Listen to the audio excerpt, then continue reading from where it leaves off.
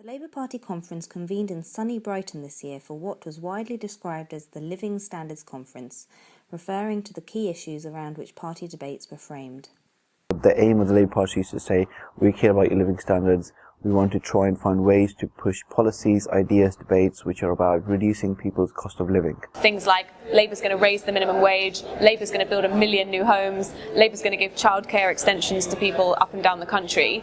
And those things will be exciting people and will be talked about in the media. We've got to convince people that we've got the policies to deal with the cost of living crisis, but we also, crucially, have to prove that we're the party to finish the job of getting the deficit down. We're going to inherit a deficit of 90 billion in 2015, and we're going to have to finish the job, and that means making tough choices, also means getting the economy growing again.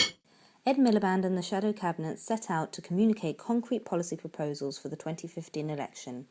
After the announcement last year of a vision for One Nation Labour, the task was to set out what this would look like in practice and to outline the impact of the proposals for the public and the party grassroots alike.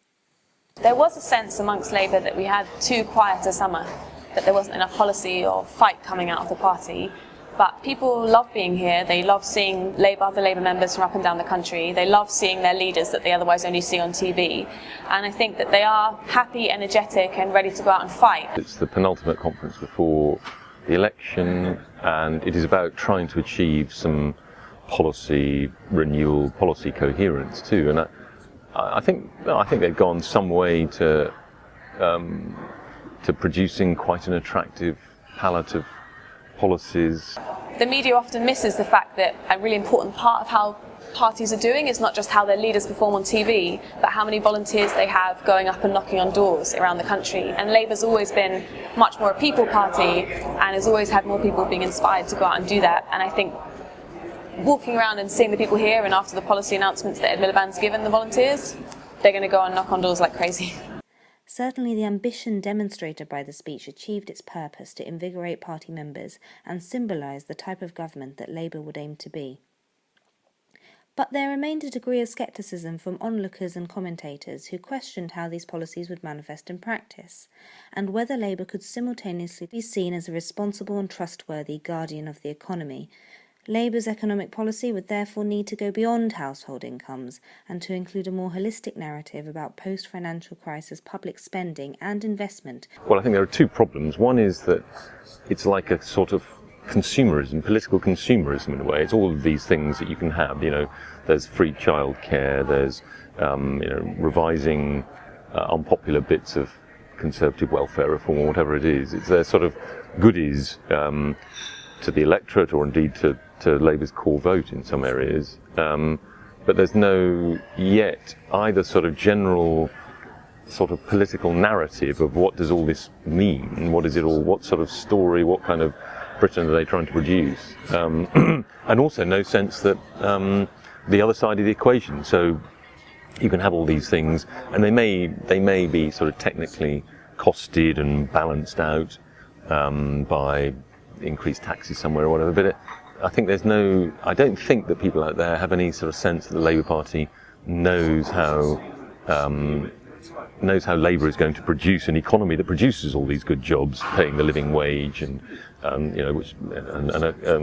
economy that can afford the free childcare and so on. We, in my view, will need to go far further, far faster, and we will need to accelerate the pace of becoming once again a party that has credibility on these issues, not just because we've got a short-term problem in the country of rebalancing the books and getting the deficit and the debts down, but if you listen to what the Office of Budget Responsibility say, even if we got rid of the immediate structural deficit, the country would face a formidable long-term, not a short-term challenge, largely because of demographic change. The question, do people feel better off than they did 5 years ago, will be important. But there is more to it than that.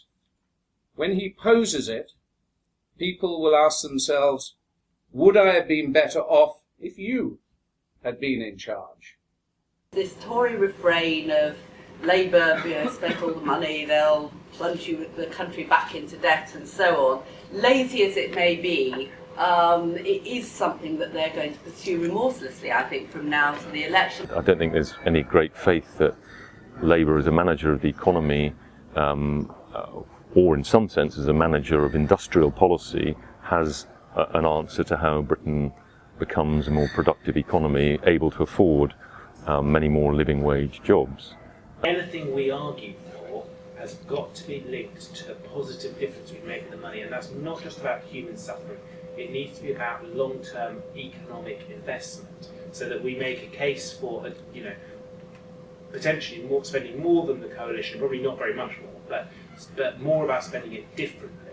So arguing that this is about making sure that the economy doesn't just get back to where it was in 2005, 2007 with all the deep structural problems we now know about, but that we would spend money to create a different sort of economy with a lot more investment in things like capital spending, skills and education, so that you're making a positive case for the benefit that public spending can bring. Britain can do better than this was Ed Miliband's speech slogan, but beyond the focus on manifesto commitments, there was a call for a more joined-up narrative about what the party stands for in this respect.